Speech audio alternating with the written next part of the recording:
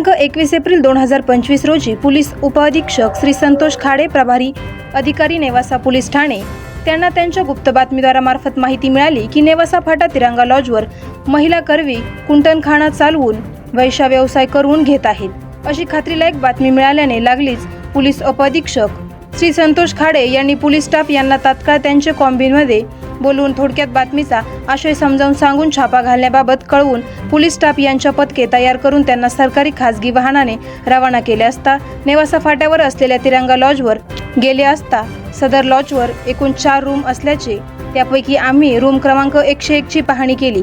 त्यामध्ये आम्हाला 3 महिला व 1 पुरुष इसम दिसला। आमची खात्री झाल्यानंतर आम्ही लागलीच नेवासा पंचायत समितीचे गटविकास अधिकारी यांना फोन करून त्यांना त्यांच्या अधीनस्थ असलेले शासकीय पंच मिळण्याकरिता विनंती केली असता त्यांनी होकार दर्शविला व पंच आल्यानंतर सदर पंचाक्षम लॉजिंग तिरंगामधील रूम क्रमांक 101 ची पाहणी केली असता रूममध्ये एकूण 3 महिला दिसून आल्या। त्यांना त्यांचे नावगाव विचारले असता त्यांनी त्यांचे नावगाव सांगून महिला क्रमांक 1 व 2 यांना विचारपूस केली असता त्यांनी सांगितले की आम्हाला अजय अशोक कोळेकर राहणार मुक्तापूर तालुका नेवासा, निलेश एकनाथ शेंडगे राहणार नेवासा, हनुमान पांढरे मामा यांनी वेश्या व्यवसाय करण्यासाठी बोलावून घेतले आहे।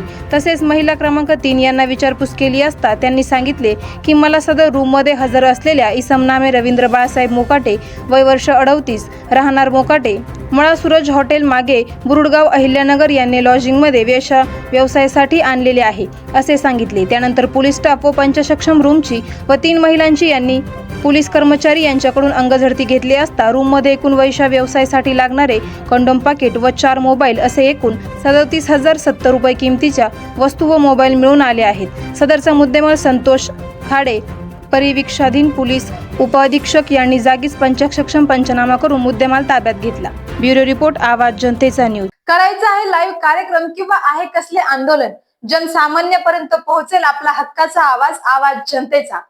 बातमी व जाहिरातीसाठी संपर्क करा स्क्रीनवर दिलेल्या नंबरवर।